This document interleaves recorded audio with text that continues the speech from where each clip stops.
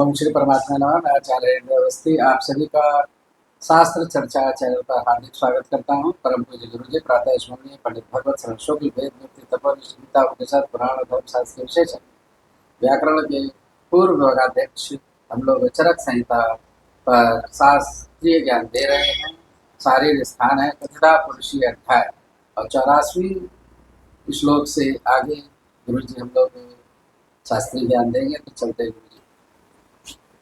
यल्लीलायित विश्वमेतदखिलं यस्मिन् पुनर्लीयते यस्मात् स्थावरजङ्गमात्मकमिदं लोकं दरीदृश्यते भासा यस्य विभान्ति सर्वजगतः ज्योतिंष्य सर्वात्मना तं देवं जगदेककारणमयं वन्दे त्रिलोकीश्वरम्।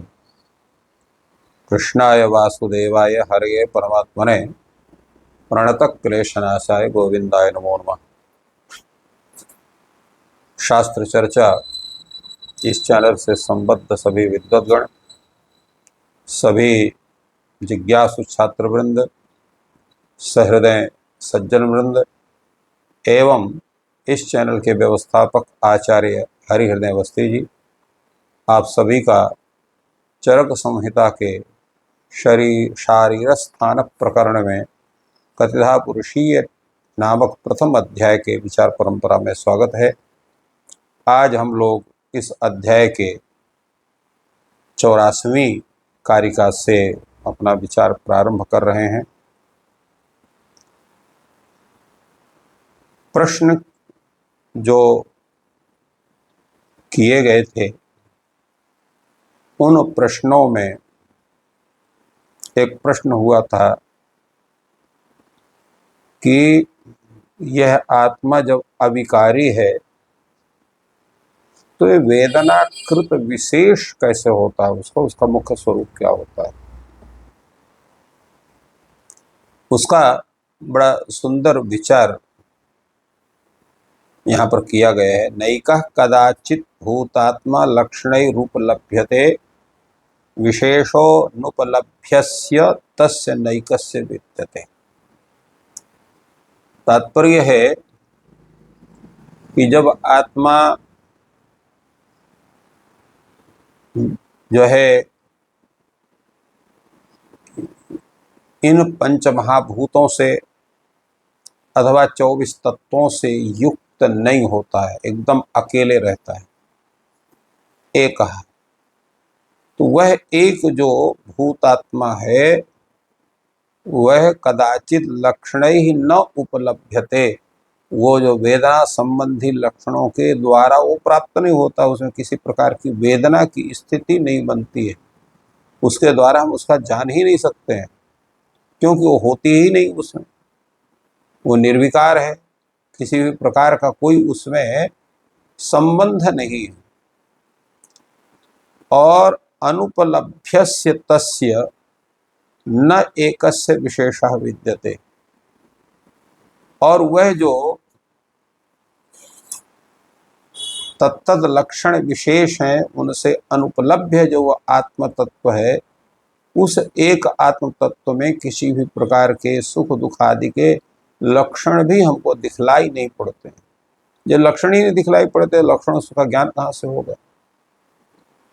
तो फिर वो विशेषता जो है किसमें दिखाई पड़ती है, ये प्रश्न उठता है। तब उस पर कहा गया कि संयोग पुरुषस्य वेदना कृतः विशेषः इष्टः। संयोग पुरुष, यह संयोग पुरुष क्या है? तो संयोग पुरुष वो है जिसमें जो है वो पंच महाभूतों का संपर्क है, अथवा महदादि जो 24 तत्व हैं उनसे जब वो संयुक्त होता है, तो ऐसा पुरुष जो है वह उसमें वेदनाकृत विशेष दिखाई पड़ता है। वेदना यत्र नियता विशेषस् तत्र तत्कृता। और जहां पर वेदना है, वेदना यत्र नियता, यत्र वेदना नियता, जहां पर वो वेदना निश्चित है उस राशि पुरुष, उसको राशि पुरुष कहा गया है, उसको संयोग पुरुष कहा गया है।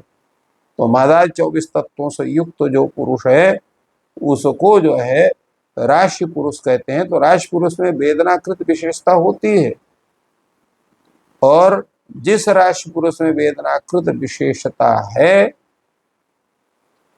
तो वह तत्कृत उस राशि पुरुष में वेदना जनित जो दुख हैं सुख हैं वो भी उसको प्राप्त होते हैं। और वही राशि पुरुष जो है वो चिकित्सक के द्वारा चिकित्सीय होता है। इसको अपनी भाषा में कहते हैं चिकित्सति भिषक सर्वास्त्रिकाला वेदना इति यया युक्ता वदन्ते के सायुक्ति रूप धार्यताम। अर्थात अब ये जो श्लोक है वो भी एक प्रश्न के उत्तर के रूप में है। प्रश्न है तिसृणाम काम चिकित्सति। ये जो है कि वैद्य जो है त्रैकालिक वेदनाओं की चिकित्सा किस प्रकार करता है, कैसे उनकी चिकित्सा करता है। तो इसका उत्तर ये कहा गया कि सर्वाः त्रिकालाः वेदनाः, तीनों काल में भूतकालिक भविष्यत्कालिक और वर्तमानकालिक तीनों प्रकार की जो वेदनाएं हैं उन सभी वेदनाओं की चिकित्सा भिषक करोति। भिषक वैद्यः, वैद्य जो है उनकी सबकी चिकित्सा करता है। कैसे करता है? युक्त्या चिकित्सा, युक्ति से उनकी चिकित्सा करता है। तो यया युक्त्या चिकित्सति, जिस युक्ति से वह वेदनाओं की चिकित्सा वह चिकित्सक करता है तो सा युक्ति उपधार्यताम इति एके वदन्ति। उस युक्ति को पकड़ो, जिस युक्ति का के कारण वो जो है वो चिकित्सा करता है, उस युक्ति को आप पकड़िए, उसको धारण करिए। ऐसा कुछ आचार्य उन युक्तियों के विषय में व्याख्यान करते हैं, और उन युक्तियों को ही धारण करना प्रत्येक चिकित्सक के लिए आवश्यक होता है। अब वो चिकित्सा जैसे कहा गया कि तीन प्रकार, तीन त्रैकालिक जो है वेदनाएं होती हैं जिनकी चिकित्सा होती है। भूतकालिक वेदना, भविष्यत्कालिक वेदना, वर्तमानकालिक वेदना। तो वर्तमानकालिक वेदना तो सबको दिखाई पड़ती है, पर भूतकालिक वेदना की चिकित्सा कैसे की जाएगी, तो उसके विषय में कहते हैं कि पुनस्तच्छिरसा शूलम ज्वर स पुनरागतः पुनः सकालो बलवान छर्दि स पुनरागतः। उसके लक्षण है पुनस्तच्छिरसा शूलम। क्योंकि ये जो प्रश्न हुआ है कि वैद्य जो है वो भूतकालिक वेदनाओं की चिकित्सा कैसे करेगा, अतीतानाम वेदनाम चिकित्सति, जो व्यतीत हो गए उसकी चिकित्सा क्या करेगा। तो रोग जो है वो तत्काल उत्पन्न नहीं होता, पहले से वो धीरे धीरे उत्पन्न होता रहता है। और जब उसकी अवस्था जो है वो अधिक होती है तो वो शरीर में उसके लक्षण अधिक दिखाई पड़ते हैं, और वेदना से वह पुरुष जो है वो युक्त होता है। तो अब वो जैसे है पुनः शिरसा शूलम, सिर में दर्द हो रहा है। इसी प्रकार ज्वर पुनः अरागतः, पुनः ज्वर उत्पन्न हो गया है। और स पुनः काश, स बलवान काश पुनः काश, और फिर बलवान एक खांसी आ गई है। सा छर्दि पुनरागता, वह छर्दि माने वमन, वमन जिससे वमन होता है वह रोग पुनः आ गया है। तो ये भी प्रसिद्ध वचन ही अतीतागमनम मतम। ये जो प्रसिद्ध वचन है कि सिर में शूल हो गया, जो पुनः ज्वर आ गया, पुनः खांसी आने लगी है, फिर से जो है उल्टी होने लगी है, तो ये जो कथन है, ये जो प्रसिद्ध वचन है, इससे ये ज्ञात होता है कि पुनः वो पहले भी वह रोग था और बाद में भी वो आगे सांप्रतिक रूप में भी वो प्राप्त है। अतीतागमन मतम, उसका अतीत और आगमन दोनों उससे प्राप्त होते हैं। कालश्चायम अतीतानाम अर्तीनाम पुनरागतः। तो अतीतानाम अर्तीनाम पुनः का अयम कालः आगतः। अतीतानाम व्यतीतानाम भूतकालिकानाम अर्थीनाम वेदनानाम। तो अतीत जो वेदना है उसका पुनः आगमन अयम कालः आगतः ये होता है। तो इसलिए तम अर्तिम अर्ति कालम उद्देश्य भेषजम यत् प्रयुज्यते, उस व्यतीत काल के उस वेदना को उद्देश्य करके चिकित्सक जिस औषधि का प्रयोग करता है तो उससे क्या होता है, अतीतानाम वेदनानाम प्रशमनम तदुच्यते। वही अतीत वेदनाओं का प्रशमन का अर्थ होता है चिकित्सा। उन अतीत वेदनाओं की चिकित्सा चिकित्सक करता है और उसी को अतीत वेदनाओं का प्रशमन अर्थात चिकित्सा कही गई है, उसी को कहा जाता है। अब ये इनका जो स्वरूप है ये तो ठीक है, अतीत वेदनाओं की चिकित्सा का प्रयोग हो गया।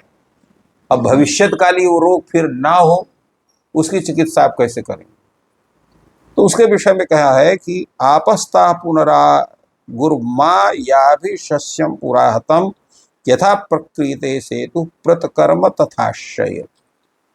जैसे बहुत वर्षा हुई और इस साल बहुत बाढ़ आई, सब जगह पानी भर गया, खेत में पानी अधिक लग जाने से खेती सड़ गई, नष्ट हो गई। तो जो कृषक है वो क्या करेगा, वो इस तरह से जहां जहां से पानी आने के साधन थे उन जगह पर बंधा बंधाएगा जिससे उसके खेत में पानी इतना न लगे कि खेती नष्ट हो जाए। ठीक वही प्रक्रिया होती है चिकित्सक के लिए चिकित्सा करने में।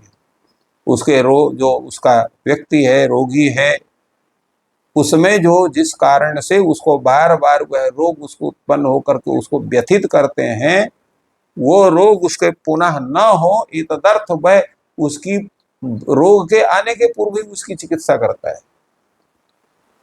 इसलिए कहा कि ये आपह ता पुनरा गुरु माँ ताह आपह पुनः माँ आगु। वह जो जल की राशि है, बाढ़ है, वो पुनः ना आ जाए। या भी शस्यम पुराहतम, जिन जल के प्रवाह के कारण खेती संपूर्ण नष्ट हो गई, तो यथा सेतु प्रक्रियते, उस बाढ़ को रोकने के लिए जैसे सेतु अर्थात बंधा के बंधन किए जाते हैं, प्रतिकर्म तथाश्रय, वैसे ही भविष्यत्कालिक रोगों को ध्यान में रख करके भी चिकित्सा की जाती है। पूर्व रूपम विकाराणाम दृष्टा प्रादुर्भविष्यताम। तो कैसे जानेंगे कि ये रोग इसको हो सकता है आगे? तो विकाराणाम पूर्व रूपम दृष्टा भविष्यताम वेदनाम प्रादुर। विकारों के पूर्व रूप को देख करके, इस तरह के इसके विकार शरीर में आ रहे हैं तो इसको इस तरह का रोग हो सकता है, इस तरह की वेदना हो सकती है, उसको भविष्यताम वेदनाम प्रादुर उसको कहा गया है। तो या क्रिया क्रियते साच वेदना हंति अनागतम। तो उन लक्षणों को देख करके, विकारों के पूर्व रूप के देख करके, या क्रिया क्रियते, या क्रिया नाम चिकित्सा रूपा क्रिया क्रियते, वह क्रिया जो है, वह चिकित्सा रूपी जो क्रिया है, अनागताम वेदनाम हंति, वह जो है भविष्यत्कालिक वेदना को भी वो नष्ट करती है। तो इस तरह से उसकी चिकित्सा के लिए बताया गया। पारंपर्यानुबंधसु दुखानाम विनिवर्तते सुख हेतुपचारणे सुखम चापि प्रवर्तते। तो पारंपर्यानुबंधसु दुखानाम विनिवर्तते। अब जब इस तरह से हम भविष्यत्कालिक वेदना के पूर्व रूप लक्षणों को देख करके हम जब चिकित्सा करते हैं, तो जो परंपरा से आने वाले जो दुख हैं, उन दुखों को हटाने के लिए चिकित्सा की जाती है, तो उससे दुखों की निवृत्ति हो जाती है। तो सुख हेतुपचारणे सुखम चापि प्रवर्तते।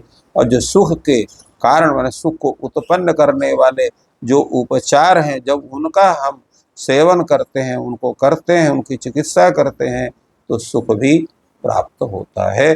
तो इस तरह से भूतकालिक भविष्यत्कालिक वेदनाओं को ध्यान में रख करके चिकित्सा के स्वरूप की चर्चा यहाँ पर की गई।